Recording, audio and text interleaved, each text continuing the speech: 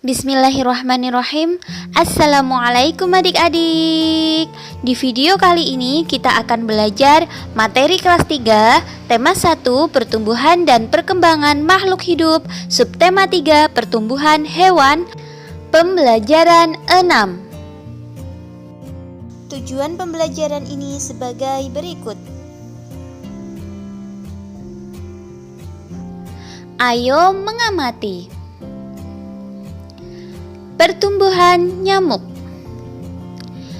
Nyamuk memiliki daur hidup seperti hewan lainnya. Daur hidup nyamuk dimulai dari telur.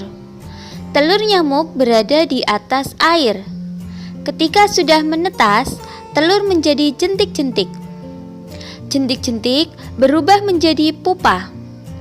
Setelah beberapa waktu, pupa berubah menjadi nyamuk. Tahapan perkembangan nyamuk berlangsung cepat dan terjadi pada media air. Beberapa nyamuk dapat menjadi penyebar penyakit yang mematikan.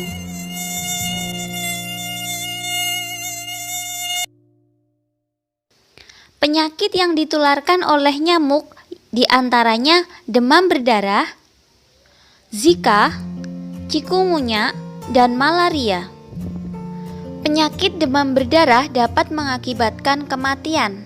Untuk lebih memahami penyakit demam berdarah dan cara pencegahannya, simak animasi berikut. Suatu pagi, di sebuah taman, seorang anak bernama Bagus sedang asyik bersantai. Bagus pun duduk di bangku taman sambil menikmati sebotol air mineral.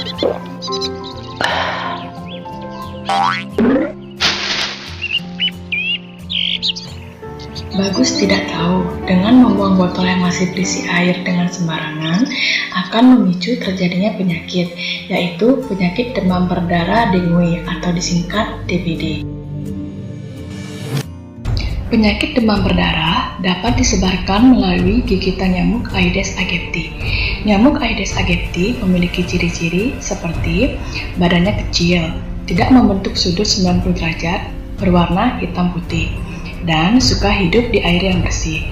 Nyamuk Aedes aegypti betina bertelur pada air yang jernih dengan menghasilkan sejumlah 100 hingga 200 telur.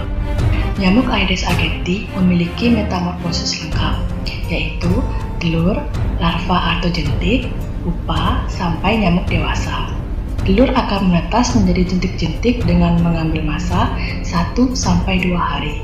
Lalu, dari jentik-jentik ke tahap pupa bisa mengambil masa 5-7 hari. Dan di tahap kepompong hanya akan mengambil masa 2 hari untuk menjadi nyamuk dewasa. Virus demam berdarah dengue yang terdapat pada nyamuk Aedes aegypti melekat pada kelenjar air liurnya.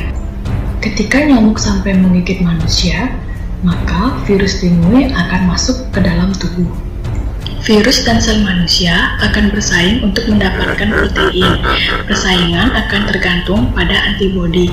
Jika antibodi pada tubuh manusia melemah, maka gejala dari virus dengue akan bermacam-macam, seperti demam tinggi dengan suhu tubuh berkisar 38 derajat Celcius. Pendarahan spontan yang memiliki ciri-ciri berupa bintik merah yang timbul pada kulit. Juga akan disertai dengan muntah darah. Bahkan hal yang paling buruk pun bisa terjadi, dapat mengakibatkan kematian bagi si penderita.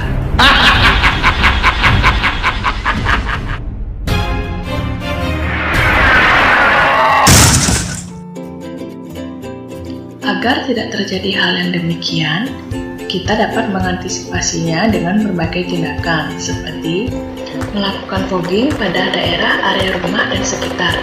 Namun yang perlu diingat, melakukan fogging tidak merupakan solusi yang utama karena hanya akan membuat mati nyamuk dewasa. Untuk memberikan hasil yang lebih maksimal, dapat melalui cara 3M+, yaitu pertama, menguras bak mandi dan tempat penampungan air secara teratur. Kedua, menutup tempat penampungan air sehingga nyamuk tidak masuk untuk bertelur. Ketiga, mengubur barang-barang bekas yang sudah tidak terpakai. Lalu, yang menjadi plusnya adalah memberikan bubuk abate pada bak mandi dengan takaran 1 sendok makan untuk 100 liter air. Dan juga dapat menanam atau memelihara tanaman lavender pada area rumah. Tindakan terakhir dan paling sederhana untuk tetap diingat adalah membuang sampah pada tempatnya agar lingkungan menjadi bersih dan kita pun terhindar dari bahaya penyakit demam berdarah.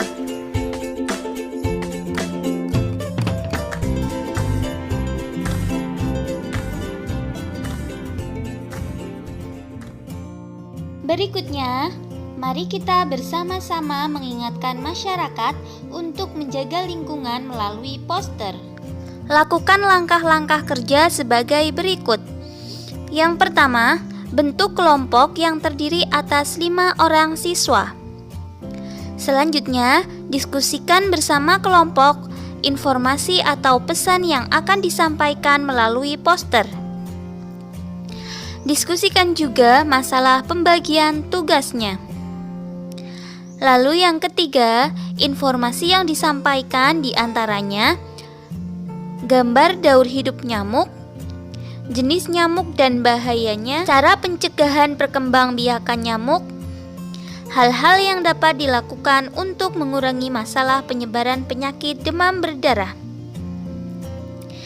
Lalu yang keempat, tulis semua informasi tersebut dalam sebuah karton. Berikut ini contoh poster. Menjaga kebersihan lingkungan adalah tugas kita semua. Kita harus saling mengingatkan untuk selalu menjaga kebersihan lingkungan. Menjaga kebersihan lingkungan perlu dilakukan agar dapat hidup nyaman dan sehat.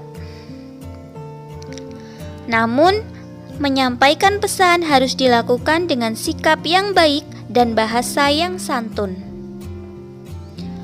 Cobalah berlatih menyampaikan pesan. Tuliskan saranmu jika temanmu atau tetanggamu melakukan hal berikut.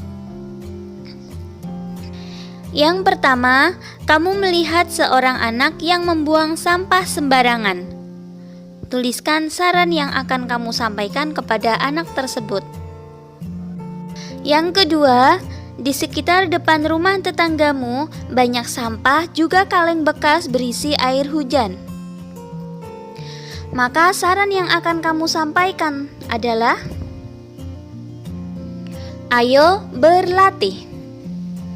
Sebuah rumah sakit setiap hari dikunjungi 130 orang pasien. Dalam waktu 3 hari, berapa banyak pasien yang mengunjungi rumah sakit? Banyak pasien dihitung dengan perkalian. Perhatikan perkalian 130 kali 3 dengan cara bersusun berikut.